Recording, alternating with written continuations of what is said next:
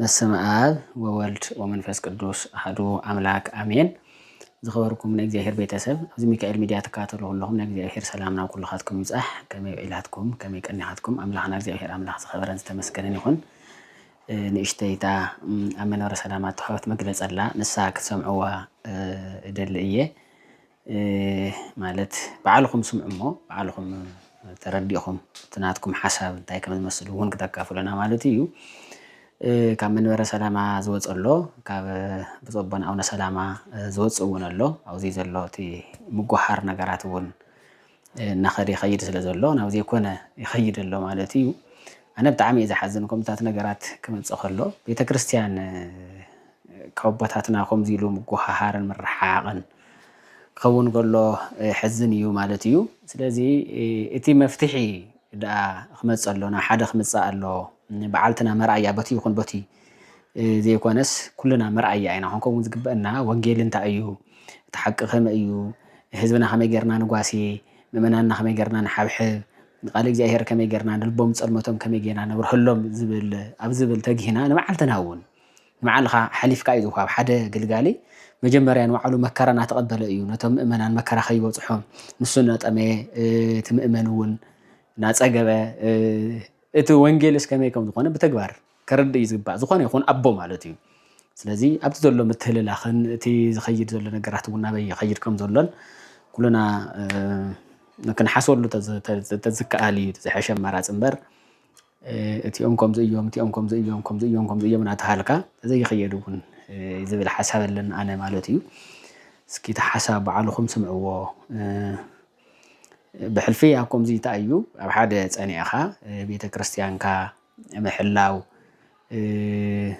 ፀሎት ምግባር ምብርታዕ የድሊ እዩ ማለት እዩ። ግን ኣነ ብጣዕሚ ሓዝን እየ ዝኸምታት ነገራት ክኸውን ከሎ ማለት እዩ። ፀገማት እንተልዩ ተረዳዲእኻ ተቐራሪብካ ምዝታይ ፅቡቕ እዩ። ከም ሓንቲ ሓደ ኣካል ኮይንካ ከም ሓደ ልቢ ኮይንካ ትኸና ኣይትሕይሽ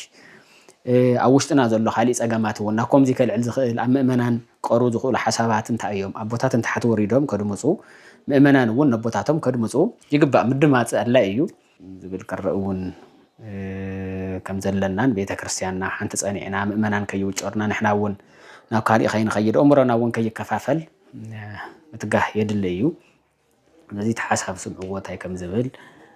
ካብኡ ዘሎ ናይ ባዕልኩም እዩ ማለት እዩ። ኣብ ዲያስፖራም ዘለኹም ኣብ ውሽጢ ዓድም ዘለኹም እንኳዕ ን2018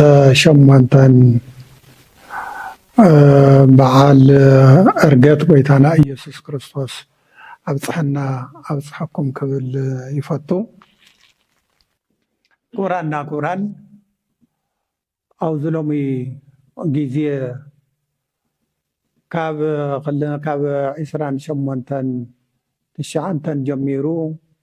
በየሚድኡ ዝውዛዕ ዘሎ ዝውረ ዘሎ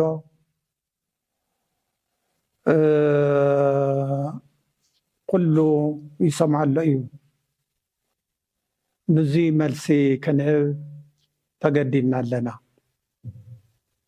ስለዚ ዝውዝንዮ መንበረ ሰላማ ዘፍርስ የለ መንበረ ሰላማ ሓዲጉ ገጹን ኣዲስ ኣበባ ዝኸይድ የለ ንኣዲስ ኣበባ ክኸይድ እየ ዝብል ኣካል እንተሃልዩ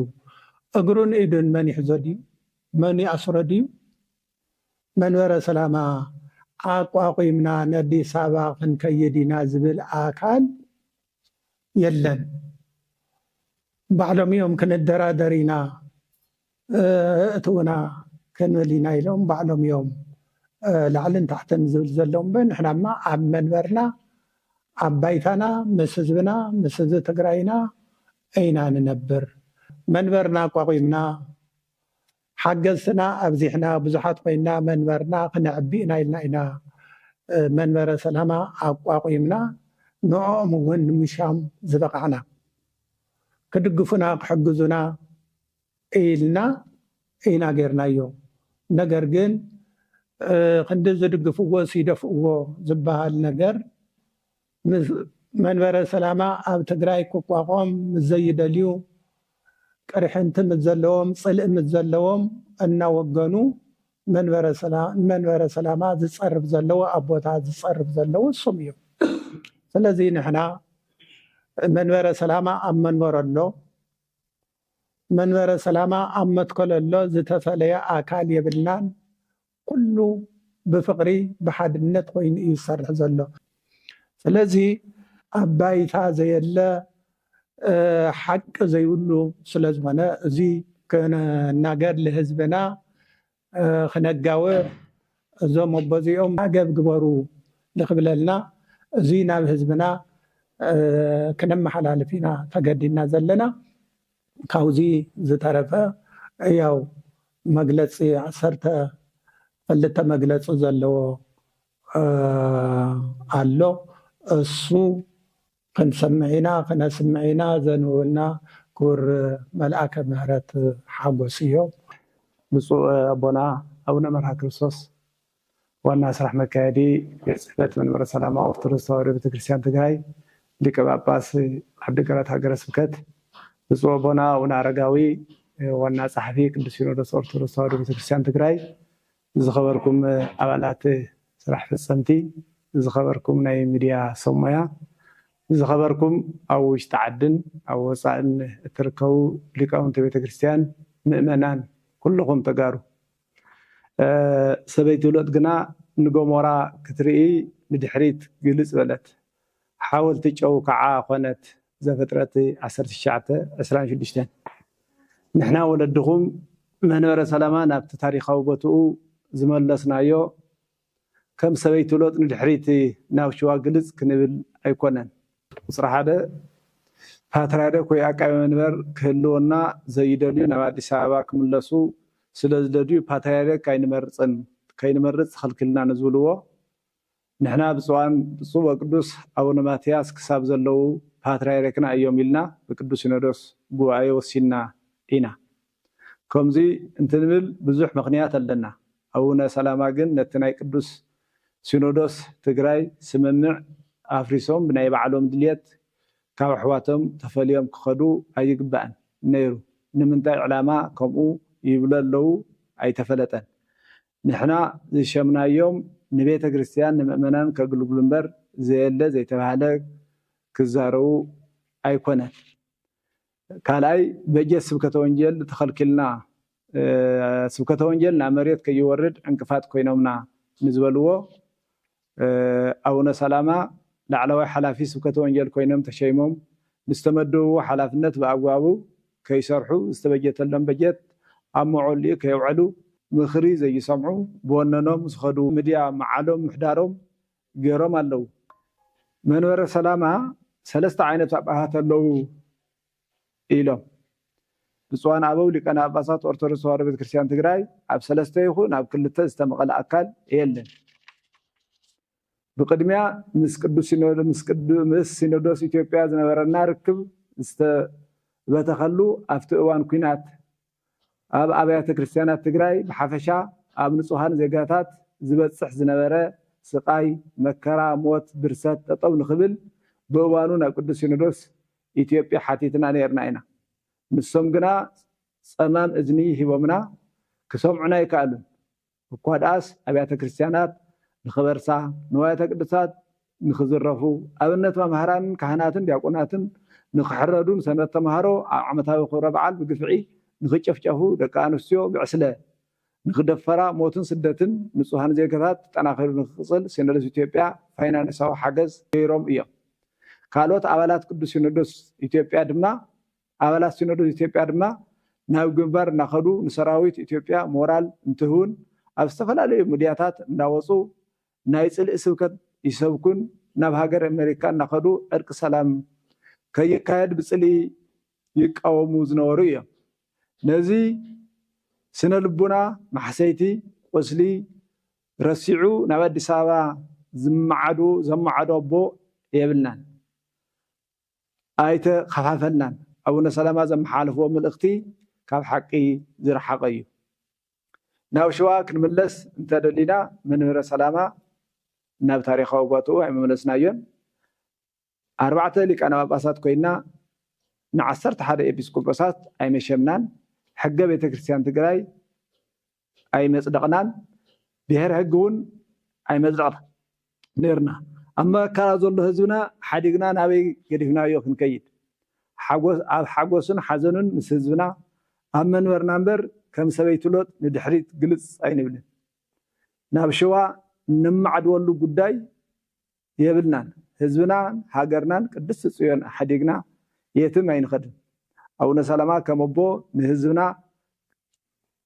كشاقلو زي كونن زيلن ورا كوريو أي متقبهم مرداتا زيولو ورا مؤمنان زبتاتن نمؤمنان كبيت كريستيان زرحق أقاطع مخوينو رخيونا هنا رابعي منور سلامة صقادو حدقا هيوت دو موت زبل مزعتاوي سند أقريبا سمعي سين نزبلوه منور سلامة صقا مبر حدقا إلنا أي مدسنايين منور سلامة من قد هيوت مبر مقد موت أيكونن مزنعتن خغرو قدس سينودس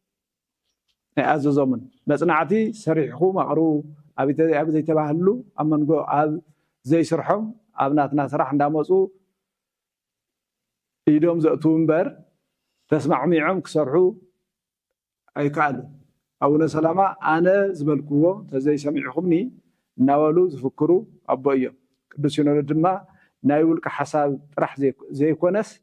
هاي بزحات دمسي أخيرو بسرح تكاليه ناي مريحنا تركت حمشاي ناي مريحنا تركت هقاتي ونايو اتوم زلو مرحتي كمرحو أيخولون عمي يبلوم من نزبلوه ناي تعبيد زرابا أيو نحنا بوليتيكينياتا تيكونان كما بوتاتنا هوريات نكزيابير بصلوتنا طيقنا نمرح نمهر لنا كاب فقاد اكزيابير وصاي سرح خمزي لنا أمن ناي أونا سلام حساب جن أنا إيه مريحنات زغل نعيم رصوني زعينتو غوسغواس زرباتات أمديا بسنا سرعة بيت كريستيان زي غير سرح بوليتيكينيات بيت صحفت قدس سينودوس ورتورس توهادو بيت كريستيان كونه بيت صحفت منور سلام على بيت كنت تግራይ تنايبو كابل علي كساب تحتي زلو محاوراتو تنايبو فاد እግዚአብሔር زمرح زلو تكالي شادشاي بير هج تحتمو أفشل في تدرير الله نعم مريت نعم تحتك كورير يكالن نزولوه دما منور سلامة بير هج هتيمو أصديقوس هتيموس كله ما يقول السكت نوصدو عم كففال يركبه أو وزعي زلو بطاطون وسيدوم يكفاف للو أو نسلامة جن نبها جرسكتهم وسيدوم أي كفافلو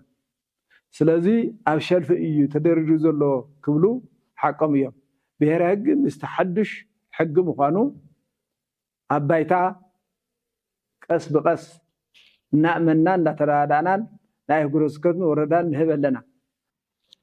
شاوعي من ورا سلامان مؤمنان نايمنا جنزو يور الله وصاصاري على وي فتراي ركونا أقاي منبر سلازي يبلو نزبلوه أربعتنا بصوانا أبو لكان باباسات نياه قرسكوت مكياد سرحن لك أو أنت بيت كريستيان تأكيبنا منور سلامة أنت نملس جنزم نمورار حفتي نمخعبات أيقونن قدس سينودوس إثيوبيا بقننا يكون بدوغما بدل جونوسايد سلز أوجلنا أبادو إدنا نكزيابير حزنا إنا عرسنا خيلنا منورنا ملسنا زورنا يجنزب كنا النور جنزب يلن أو نسلامة بتلقديو بخالق سيرة نزام منور نمبتان يوم الصرحو زلو عقب كبهالو دما يقبع جنزب مؤمنان بزي أجباب بزي كوزصر زبطنون زلو كم حدرا منور سلامة وصاي منور سلامة زي فلطوز خدو زلو نصوم يوم أو نسلامة أمني حوار منوري لك أنا باباساتكوا كنوري كألن الذين السوم زم حضر وزلوا جنزبن منور سلامة زم حضر جنزبن بقال تنيا أوديت تزجبر تحكي ما وصنيرو شو منت حالك باس دومز أي جبر دومز كوهابي يقولن زي دومز دس ولا يوسر زولوا هفتبه كريستيان مورار مالتي ምእመናን ህዝብና ኣብ ፀገም እናሃለው ክንዲ ዘፅናዕንዕዎ ተወሳኺ ዘይጥሉል ሓበሬታን እናበተኑ ንህዝብና ከርብሽዎ ኣይመተገብአን ነይሩ። 9 ሓደ ፈላሲ ጳጳስ ኮይነ ክንዱዚ ገንዘብ ክረክብ እየ ዝብል እዩ ዘሎ። ነዚ ስልጣን ንምርካብ ድማ ጉቦ ሂቡ እዩ ናብ ጵጵስና መፅኡ። ጵጵስና ብገንዘብ ስለ ዝመፀ ድማ ናይ ሲሞን እዩ ዝበሃል ኢሎም ኣብ ልዕሊ ደናግል መነኮሳት ፀያፍ ቃላት ምዝራቦም ንሓዘን። ካብ ብህፅነትና ጀሚርና ኣብ ገዳም ዓቢና መንኩስና ሓደ መዓልቲ ጳጳስ ክኸውን እየ ኢልና እውን ሓሲብና ኣይንፈልጥን። እዚ ናይ መነኮሳት ባህሪ እዩ። ዘየለ ጠቐነ መሃብ እውን ሓጢያት እዩ። ኣቡነ ሰላማ ናብ ልቦም ክምለሱ ይግብኦም። 10 ናይ ማህበረ ቅዱሳን ሻንጣ ገንዘብ ብሻንጣ ዝመልአ ገንዘብ መሊኡ ገዛ ንገዛ ናብ ኣቦታት እናኸዱ ይውሃቦም ኣሎ። ናብ ኣዲስ ኣበባ ከይድና ሕውሱስ ክንብል ኢና ዝብል ሓይሊ ኣሎ ኢሎም ማይ ዘይቋፅር ካብ ሓቂ ዝረሓቐ ዘረባ ዝተዛረብዎ ምእመናን ናብ ጥርጥር ንምእታው እምበር ብፅዋን ኣበው ሊቃነ ጳጳሳት መንበረ ሰላማ ኣብ ሽዋውን ነይርና ኣይንፈልጥን። ናብ ሽዋን ክንከይድ ምክንያት የብልናን። ኣብ ሽዋ እቲ ኣብ ትግራይ ዘሎ ካብ ሽዋ እቲ ኣብ ትግራይ ዘሎ ፀጋ እግዚኣብሔር ይበልፅ። ኣብ ውሽጢ ዓድና ዓድን ወፃእን ዘለኹም ደቅና ብኣቦታትኩም ክትጠራጠሩ ህዝብና መንበርና ዓድና ገዲፍና ናብ ሽዋ ኣይንኸድን። ዝተመዛበለ ህዝብና ንክምለስ ግዛእታዊ ሓደ መሬና ክረጋገፅ ናብ እግዚኣብሔር ዝምልከቶ ኩሉ ብሓድነት ድምፅና ንክነስምዕ ክንፅልይ ኳዳስ ያው ፃውዒትና ነቕርብ ኣለና። 11 መካየድቲ ስራሕ ኣህጉረ ስብከት ካብ 170 180 ሽሕ 200,000 ደሞዝ ይወስዱ እዮም ዝበልዎ። ከም መንበረ ሰላማ ከምዚ ዓይነት መረዳእታ የብልናን። 200,000 ዝኽፈል ሊቀ ጳጳስ እውን የብልናን። ኣቡነ ሰላማ ሓቂ ሓቁ እንተኮይኑ ዝብልዎ ዘለው ኣብ ዝተሰብሰብናሉ ጉባኤ ብመረዳእታ ድጊፎም መራሓይ እገለ ዝተባሃለ መራሓይ ሃገረ ስብከት 200,000 ደሞዝ ንምንታይ ይኽፈል ኢሎም ክዛረቡ ይግብኦም ነይሩ። ከምኡ ግን ኢሎም ኣይፈልጡን። ሕዚ እውን እገለ ዝተባሃለ ሊቀ ጳጳስ 200,000 ይወስድ እዩ ኢሎም ብመረዳእታ ተዘቕርቡ ፅቡቅ ነይሩ። መንበርና እውን መኣለዮ ንህዝብና ከደናግሩ ኣግባብ ኣይኮነን። 12 ብ28 ሻምናይ 2018 ኣብ ዝነበረ ናይ ቅዱስ ሲኖዶስ ምልኣተ ጉባኤ ኣኼባ ኣብ ምጅማሩ ንቅዱስ ሲኖዶስ ረጊፆም ወፂኦም ከይዶም እዮም። ካብ ውሳነ ቅዱስ ሲኖዶስ ወፂኦም መን ኢነኸአኒ እንዳበሉ ኣብ ሚድያ ዘይምልከቶም ይዛረቡ ኣለዉ። ብዛዕባ መንበረ ሰላማ ብዝምልከቶ ኣካል መግለፂ ይኹን መብርሂ ይወሃብ ዝብል ቅዱስ ሲኖዶስ ተደጋጋሚ ውሳነ ወሲኑ እዩ። ይኹን ዳበር ናይ ቅዱስ ሲኖዶስ ውሳነ ብምጥሓስ መንበርና ብኦም ክውቀስ ገይሮም እዮም። ሲኖዶስ ኣብ ሃገረ ስብከትኩም ከይድኩም ህዝብኩም መሃሩ ባርኹ ኢሉ ዝወሰኖ ሲኖዶስ እምበር ሓደ ሊቀ ጳጳስ ኣይወሰነሎምን። ጉዳዮም ምስ ሓደ ሊቀ ጳጳስ ብደብዳቤ ከተሓዝዎ ፈቲኖም ኣለዉ። እዚ ተግባር ካብ ሓደ ሊቀ ጳጳስ ዘይንፅበዮ ጌጋ ስለዝኾነ ምእመናን ክከፋፍሉ ምፍታኖም ንሓዝን። ህዝብና እውን ከይደናገር እቲ ሓቂ ክፈልጥ ይግባእ ካብ ዝብል እምበር ናብ ሚድያ ክንወፅእ ተገዲድና ዘለና ኣይግዝኡን ነይሩ። ዝኸበርኩምን ዝኸበርክንን ኣብ ውሽጢ ዓድን ወፃኢ እትርከቡ ዲያስፖራ ደቅና ብምልኹም ብፁእ ኣቡነ ኢሳያስ፣ ብፁእ ኣቡነ መቃርዮስ፣ ብፁእ ኣቡነ መርሃ ክርስቶስ፣ ብፁእ ኣቡነ ጴጥሮስ ኮይኖም 11 ኤጲስቆጶሳት ትግራይ እንትሸሙ ናብ ሽዋ ንዘይምምላስ እዩ። ዓርስና ንምኽኣል እዩ። ኩሉ ብፍቃድ እግዚኣብሔር ድማ ተፈፂሙ እዩ። ንሕና ከም ሰበይቲ ሎጥ ንድሕሪት ናብ ሽዋ ግልጽ እንብለሉ መንገዲ ይኹን ምኽንያት ኮነ የብልናን ዝተኸፋፈሉ ቦታት እውን የብልናን ፈረሰ መንበረ ሰላማ ንቐጻሊ እውን ዝፈርስ መንበረ ሰላማ የብልናን ንጸንዕ ዝጥንክር እምበር ትግራይ ሕዘ ምንታይ ከም ዘላ ኩሉ ስለ ዝፍለጥ ስለዚ ሕዚ ኣብቲ ትግራይ ዘለቶ ኮይና ኩላትና ሓደ ኮይና ትግራይ ካብ ዘሎ ተጸገም ክትወፅእ ዘለው ጸገማትና ከዓ በብዘመኑ በብግዚኡ ምስ ግዝኡ ዝምጥን ብዝምጥን እንዳተራዳዳና እንዳወሰና ግለሰብ ብዝበሎ ዘይኮነስ ስለዚ ትካል ብዝበሎ ብዝተወሰነ መሰረት ብዝተማእኸለ መገዲ ክንመርሕ መንበርና ክነሸጋግር ህዝብና ካብ ጸገም ክነውፅእ ብስም ቤት ጽሕፈት ቅዱስ ሲኖዶስ ኦርቶዶክስ ተዋህዶ ቤተክርስቲያን ጻውዒትና እንዳቀረብና ቅዱስ ሲኖዶስ ኦርቶዶክስ ተዋህዶ ቤተክርስቲያን ኣብ ጎድኒ ህዝቡ ኣብ ጎድኒ ኮይኑ መንበሩ ከሸጋግር ህዝቡ ከሸጋግር ለይትን ቀትርን ዝሰርሕ ከም ዘሎ ከዓ ክንረጋግፀልኩም ንፈቱ ወስብሐት ለእግዚአብሔር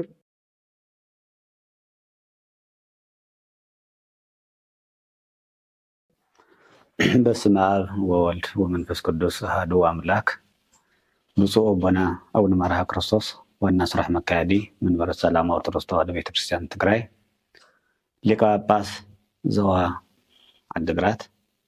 ክቡር መልአከ ምሕረት ሓጎስ ምክትል ስራሕ መካየዲ መንበረ ሰላማ ኦርቶዶክስ ተዋህዶ ቤተክርስቲያን ትግራይ ክቡራን ስራ አስፈጻምቲ መንበረ ሰላማ ነዚ ሕዚ ንመግለፂ ያውነበሉ ዘለና ናይ ጥበብ ሚድያ ሰራሕተኛታት ከምኡ ድማ ናይ ቤት ጽሕፈትና ናይ ኦርቶዶክስ ተዋህዶ ቤተክርስቲያን ትግራይ ሚድያ ሓላፍቲ እዚ ሕዚ መግለፂ ንወሉ ዘለና ካብ ቤት ጽሕፈት ኦርቶዶክስ ተዋህዶ ቤተክርስቲያን ትግራይ እዩ እቲ ቅድም ብወላዲና ብፁዕ አቡነ መርሃ ክርስቶስ ዝተነገረን ብምክትል ስራሕ መካየዲ ዝተባሃለ ሓሳብ ከም ዘሎ ኮይኑ እቲ ብዕለ ግንቦት 20 ሚያዝያ 28 29 ዝተገበረ ውሳኔ ቅዱስ ሲኖዶስ ኦርቶዶክስ ተዋህዶ ቤተክርስቲያን ብሓድነት ብፍቅሪ ወሲኑ ናብ ኣህጉረ ስብከቶም ብፁዓን ሊቃነ ጳጳሳት ብፍቅሪ ብሓድነት ብስምምዕነት ምንም ዝተፈለየ ሓሳብ ዘይብሉ ዝገርም መንፈሳዊ ትሕትናን ፍቅርን ዝተመልኦ ጉባኤና ኣጠናቂቕና ኢና እዚ ዝሰዓወ ድማ ብፁዕ አቡነ ሰላማ ጉባኤ ረጊፆም ምስ ከዱ እቲ ሕዚ ኣብ ደገ ኮይኖም መግለፂታት ዝህብዎም ዘለው ተቀዳማይ ነገር ነቲ ቅዱስ ሲኖዶስ ቤተክርስቲያን ዘይውክል ምዃኑ እቲ ካልኣይ ጉዳይ ድማ ኣብ መንበረ ሰላማ ኦርቶዶክስ ተዋህዶ ቤተክርስቲያን ኣብ ቅዱስ ሲኖዶስ ዘለው ጳጳሳት ገሊኦም ንአዲስ አበባ ገሊኦም ግዲ ዘይብሎም ገሊኦም ድማ ንሓንቲ መንበር ኣንሕና ጥራሕ ኢና ዝብሉ ኣብ ሰለስተ ከም ዘለው ገሊፆም ኣለው እዚ ፍጹም ስሕተት ጌጋ እዩ እኳ ደኣስ ኣብቲ ሕዚ ዝነበረ ጉባኤና ንቐፃሊ ከመይ ጌርና ክንሰርሕ ከም ዘለና ከመይ ተሓጋጊዝና ህዝብና ክነድሕኖን ህዝብና ክንረድኦን ከመይ ከም ዘለና ናብ ህዝብና ተበፃሒነት ከመይ ጌርና ንሕሰብ ዝብል ፅቡቅ ሓሳባት ደኣ ሃናፂ ሓሳብ ደኣ ተገይሩ ተዋሂቡ እምበር እቲ ሕዚ ዝብልዎ ዘለው ፍጹም ስሕተት እዩ እቲ ካልኣይ ንአዲስ አበባ ዘቋሙቱ ዘንበሃው ቀለው ዝተባሃለ ብፍጹም ሕሰት መረዳእታ ዘይብሉ ክቐርብ ዘይኽእል እንተሃልዩ እዛ ጠረጴዛ እዚኣ እዛ ገዛ እዚኣ ናይ ኩላትና ናይ ብፁዓን ሊቃነ ጳጳሳት ጉባኤ እያ ነይራ ኣብ ጉባኤ መፅኦም እቲ ዘድሊ ምክርኻር ምቕራብ ሰነድ እተሃልይዎም ንአዲስ አበባ ዝኸይድ ምስ አዲስ አበባ ዘለዎ ሰብ እንተሃልዩ ብሰነድ ከቕርቡ ዘይኽእሉ እዮም ብፍላይ እቶም ወለድና እቶም 4 ወለድና ኣብቲ መከራን ፀገምን ምስ ህዝቦም ኮይኖም ማንም እንተየገደዶም ንህዝቢ ትግራይ ብስራት ንቤተክርስቲያን ድማ ብርሃን ኮይኖም እታ ቤተክርስቲያን ምሕዳርኣን ፍላይ ድማ ገዳማታን ኣድባራታን ህዝባን ኣብ ሓዘን ኣብ ዝነበረሉ ግዜ ብምፅንዕናዕ ብምርግጋዕ ዓብይ ፍፃመታት ፈፂሞም እዮም 4 ብፁዓን ሊቃነ ጳጳሳት ኣብቲ ሽዑ ግዜ ትራንስፖርት ኣብ ዘይነበረሉ ነዳደብ ዘይነበረሉ ብድሮን ብላዕሊ ብዙሕ መከራ ኣብ ዝነበረሉ ግዜ ንሂወቶም ከይሳስዑ ካብ መቐለ ናብ ኣክሱም ካብ ኣክሱም ናብ መቐለ ካብ ሽረ ናብ መቐለ እናተጓዓዙ ካብ ዓዲግራት ናለው ካብ ማይጨው ንዘሎ ኩሎም ብፃን ሊቃነ ጳጳሳት እናተዘዋወሩ ኣኼባ ይገብሩ ነይሮም እዮም ዝፍራሕ ኣብ ዝነበረሉ ግዜ ኳስ ንሂወቶም ክስስዑ ይከኣሉ ስለዚ ነቲ መንበር ዘለዎም ውፊነት ዝገለፀን ዓለም ኩሉ ዝመስከረሉ እዩ ነዚ እውን ንኣዲስ ኣበባ ትትምለሱ ነይሮም ማንም ኣይመገድዶም ነይሩ ወለድና ንኣዲስ ኣበባ ከምዘይምለሱ እኮ ዓለም ዝሐጎሰን ዓለም ናብ ሓደ ዘምፀን እቲ ናይ ገደም ምስ ኣዲስ ኣበባ ዘሎ ገመድ በጢስና ኢና ክብሉ ከለዉ እኮ ነቲ ህዝቢ ትግራይ ደስታን ሓጎስን ፈጢሩ መንበረ ሰላማ ኣይጉረ ስብከት ኩሉ እስካብ ወረዳ ኣብያተ ክርስቲያናት ደግፈኖ ዓሲልዎ ኣይጉረ ስብከት ስራሕ መካየት እውን ንዝሕዝ ናይ ብፃል ሊቃነ ጳጳሳት ዓበይቲ ኣርባዕቲኦም ወለድና ናይ ንውረድ ተስፋይ ንውረድ ጎደፋ መርሃ መጋቢ ሐዲስ በርሀ ተስፋ መስቀል ሊቀ ስልጣናት ገብረስላሴ ሕሸ መጋቢ ሐዲስ ሙቀባህሪ ደው ምብራቅ እውን ተቀያየሩ ስለዝነበሩ ካብ ሕማራ እውን መልአከ ምሕረተው ዝነበሩሉ ምስቶም ኣርባዕተ ብፃን ሊቃነ ጳጳሳት ናብ መንፈሳዊ ኮሌጅ እውን ንመጋቢ ብርሃና ተስፋይ ሃደራ እዚኣቶም ኣብ ዝነበሩሉ ብዘይ መሃያ ብዘይ ኣበል ንዛ ቤተ ክርስቲያን ንዚ መንበር እዚ ዝደኸሙን ኣዝዮም ድማ ካብቲ ዝግባእ ብላዕቲ ዓፃፂፎም ዝሰርሑ ወለድና ኣሕዋትና እዮም ብኣግባቡ ንመንበረ ሰላማ ክዓብን ንቅድሚት ክኸይድን ፐርሰንት ብሰዓቱን ብኣግባቡን እናሃው ትካል መንበረ ሰላማ ንዝሕዝ በፂሕዎ ዘሎ ናይ ኣህጉረ ስብከት ናይ ስራሕ መካየድትን ምስ ብፃን ሊቃነ ጳጳሳት ምስ ማህበረ ካህናት ምስ ኣበሰበካ ጉባኤ ዝተዋደደ ስራሕ ብምስራሕ ንዝሕዚ በጀት ንብጅቶ ዘለና ናይ ኣህጉረ ስብከት ስራሕ መካየድቲ ዝሰርሕዎ ዘሎም እዩ እዚ ክምስገኑን ክሽለሙን ይግባእ ፀገማት እንተሃልዮም ዝመርሖም ሊቀ ጳጳስ ኣሎ እዩ ብልዕሊ ድማ መንበረ ሰላማ ትካል ኣሎ እዩ ፀገማት እንተሃልዮም ኣብዚ ገዛ እዚ ኣብዚ ቦታ እዚ ፀገም ኣሎ እዚ ንፍትሖ ኢልካ ምቕራብ ይከኣል እዩ ናብ ጉባኤ እንተየቕረብካ ኣብ ደገ ኣሎ እዩ እናበልካ ምንዛሕ እዚ ትክክል ኣይኮነን እቲ ካልኣይ ስቑ ኢሎም ቀዊዕ ስብ ምስ ገበርና ይመቆናን ኣይቆረናን ኣለው ዝበሉ ምንመን እዮም ኣብ ደገ ዘለው ኣርባዕተ ብፃን ሊቃነ ጳጳሳት ንመንበረ ሰላማ ይደኽሙን ይፅዕሩን ኣለው ኣይጉረ ስብከቶም ኣብ ምቁቃም ኣብ ምስፍሕፋሕ ኣብያተ ክርስቲያናት ኣብ ምብራኽን ዲያቆናት ቅስና ብምሃብን እቲ ተሸጊሩ ተፀጊሙ ዝነበረ ሰብ ናብ ሓደ መምፃእ ዕረፍቲ ስኢኖም ይሰርሑ ኣለው ምክንያቱ እቲ ስርሖም ተልእኮም ስለ ዝፍፅም ዘሎ ኣብ ውሽጢ ዘለው ዓዲ ኣይጉረ ስብከት ዘለው ድማ ተልእኮም ብግቡእ እንዲኦም ካብቶም ሓደሽቲ እኮ ብፁዕ ኣቡነ ሊባኖስ እዮም ቶም ኣረጋዊ ደጉዓን ቆላን እናበሉ ናይ ሲኖዶስ ብዝሃቦም መሰረት እናሰርሑ ዘለው ወለድዮም ካልኦቶም እውን ከምኡ ዘሎ ኣይናይ ጳጳስ እዩ ንኣዲስ ኣበባ ዘንብሃው ዘሎ ኣይናይ ጳጳስ እዩ ምንም ሽግር የብለይን ዝብል ዘሎ